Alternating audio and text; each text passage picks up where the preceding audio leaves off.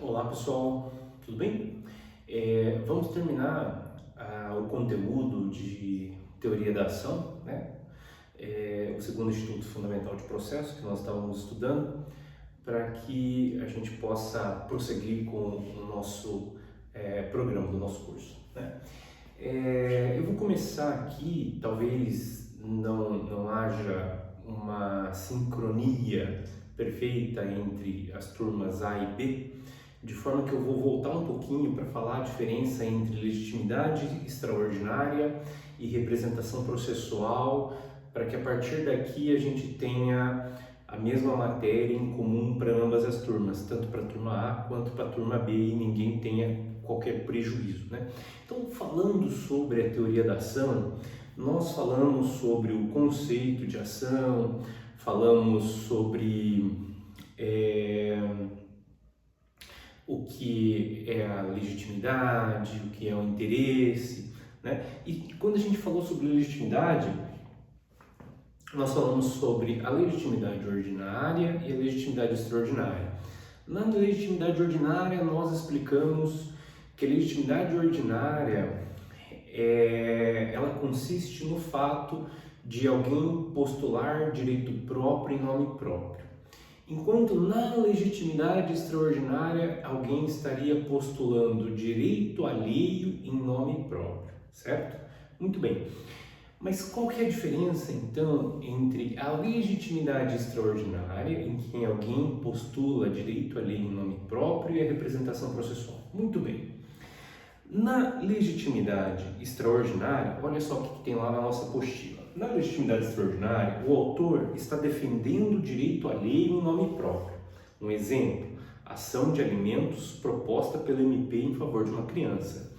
A petição inicial ela vem redigida assim: o Ministério Público do Estado do Paraná, pelo promotor de justiça que essa subscreve, vem respeitosamente à presença de Vossa Excelência, na qualidade de substituto processual, né, da criança X, propor ação de alimentos contra o réu fulano de tal, a qualificação, etc.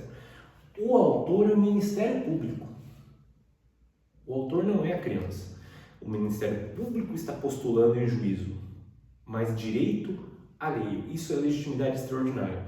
Enquanto que na representação, prossegue a nossa apostila, dizendo que enquanto na representação, o autor está em nome próprio defendendo o direito próprio, mas esse autor, ele é incapaz. Então ele precisa suprir essa incapacidade por meio da representação. Então, mas necessita que sua incapacidade seja suprida por seu representante legal. Exemplo: ação de alimentos proposta pela própria criança, defendendo o direito próprio, mas com procuração assinada por seu representante legal. Exemplo: a criança X, qualificação, neste ato representada legalmente por sua genitora, o nome da mãe, a qualificação da mãe, vem respeitosamente à presença de Vossa Excelência propor ação de alimentos contra o réu fulano, a qualificação. Veja, a criança está em nome próprio, postulando direito próprio, só que ela não tem a capacidade civil de praticar os atos processuais por si só. Então ela precisa suprir essa incapacidade, precisa ser representada. Então quem que vai assinar a procuração para o advogado? A mãe. E quem vai ser o outorgante? O outorgante não é a mãe. Na procuração vai estar escrito assim: outorgante, a criança, representada pela mãe. Outorgado, o advogado. Poderes, todos os poderes adjudícia para promover ação de alimentos contra o réu fulano de tal. Bem por aí. Bem essa diferença. Na legitimidade extraordinária, nós temos alguém postulando direito alheio em nome próprio. Na representação, não temos nada de postular direito alheio. Na representação, nós temos alguém postulando direito próprio em nome próprio, mas esse alguém possui uma incapacidade que precisa ser suprida mediante a representação. E essa é a diferença, certo? Muito bem. Então, finalizada a legitimidade, porque nós vemos assim, bom, quais são os requisitos processuais que condicionam a prestação de uma sentença de mérito, que condiciona uma resolução do mérito na propositura de uma ação, né? Pelo conceito de ação de Liebman, ação direito a uma resposta de mérito, quando que eu tenho o direito a essa resposta de mérito? Quando eu preencho os requisitos das condições da ação, quando eu preencho as condições da ação, não é? Então, quando que eu vou preencher as condições da ação? Muito bem, eu vou preencher as condições da ação quando concorrer legitimidade e interesse nos termos dos artigos 17 e 18 do CPC. Muito bem. Nós vamos falar agora, então, nós falamos sobre a legitimidade, falaremos sobre interesse, mas antes de falar sobre interesse, nós vamos falar sobre a possibilidade jurídica do pedido. A possibilidade jurídica do pedido, nós podemos encontrá-la no artigo 267, inciso 6º do CPC de 73. Se você entrar no Google e digitar assim, Planalto, CPC de 73, e pesquisar o artigo 267, inciso 6º, você vai ver que a possibilidade jurídica do pedido era uma das condições da ação. Não é mais. O CPC de 2015 revogou e extinguiu essa condição da ação. Assim como o CPC também, eu já lhes disse, revogou e extinguiu o nome condições da ação. Hoje são todos requisitos processuais. Muito bem. Então, o que aconteceu com a possibilidade jurídica do pedido? Foi extinta. Professor, mas por quê? Não era importante? Não, porque a rigor a possibilidade jurídica do pedido sempre se confundiu com o próprio mérito da demanda. Bom, se o pedido que eu estou postulando em face do réu é juridicamente impossível, logo ele é improcedente. Acredito que eu tenha dado para vocês como exemplo a dívida de jogo, né? A dívida de jogo que não obriga a pagamento, né? Então, se você... O Código Civil, o nosso Código Civil, que a dívida de jogo ou aposta não obriga a pagamento. Então, se você fizer uma aposta, como nós tivemos agora nas eleições, né? Muitas pessoas fazendo aposta no candidato X, no candidato Y, e se o candidato X ganhar, eu te dou o meu carro. Se o candidato Y ganhar, você me dá o seu carro. Fizeram isso por escritura, em cartório, etc. e tudo mais. Veja, isso é uma aposta. É uma aposta. Eu estou apostando no meu candidato, você está apostando no seu. Professor, e aí, não é válido? Não. As apostas e as dívidas de jogo só são válidas quando regulamentadas pelo governo, né? Então, nessa hipótese, não obriga a pagamento. Só que, se a parte pagar, cumprir voluntariamente, né, essa aposta, entregar o carro, entregar dinheiro, ela não pode pegar de volta aquilo que ela pagou. Então, muito interessante isso. Se algum amigo vier e perguntar, olha, eu perdi uma aposta, apostei um lanche, preciso pagar? Não, não precisa pagar. Ah, mas eu já paguei, posso pedir de volta? Não, aí não vai poder pedir de volta, né? Então, enfim, só esse detalhe. Então, legitimidade, possibilidade jurídica do pedido, que foi extinta, e agora interesse processual ou interesse de agir.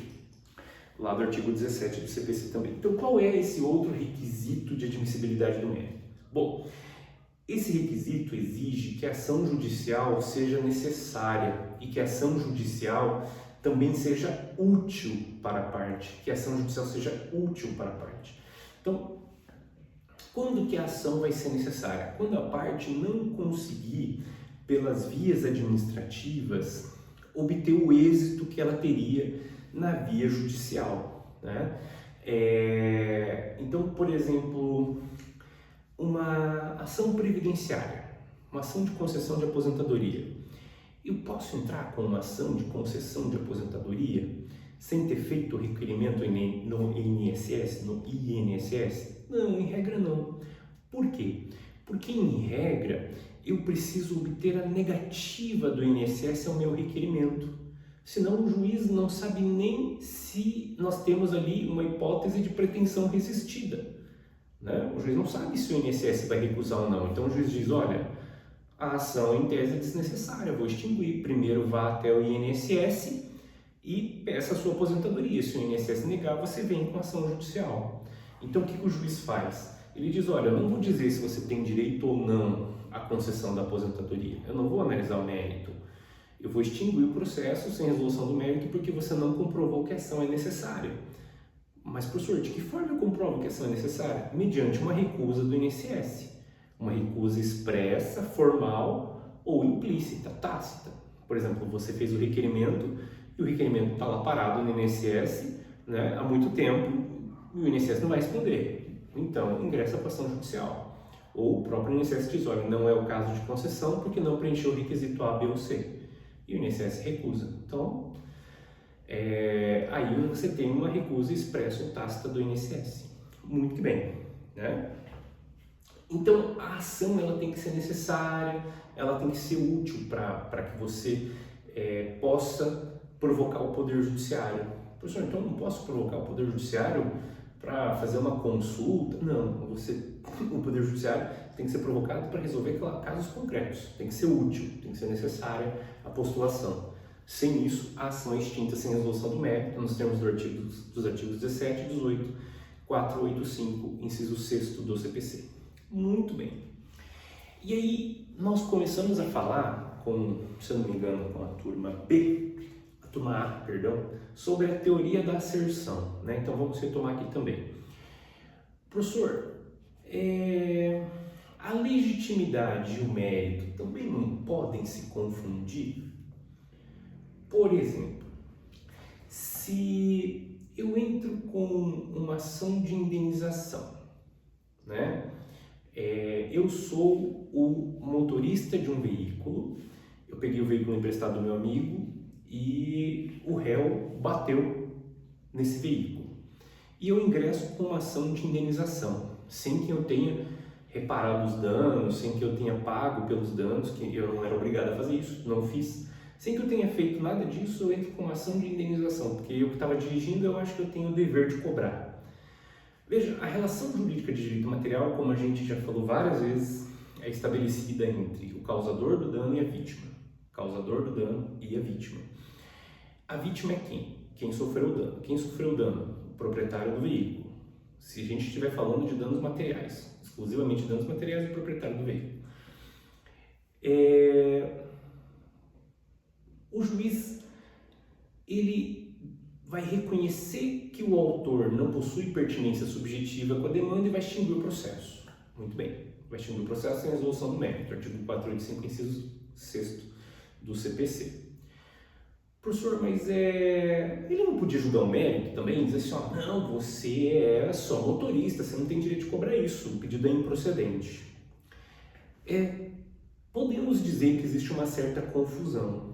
Por isso que, para evitar, para facilitar, né, a distinção entre requisito de admissibilidade processual e mérito, foi criada a teoria da asserção. Teoria da asserção.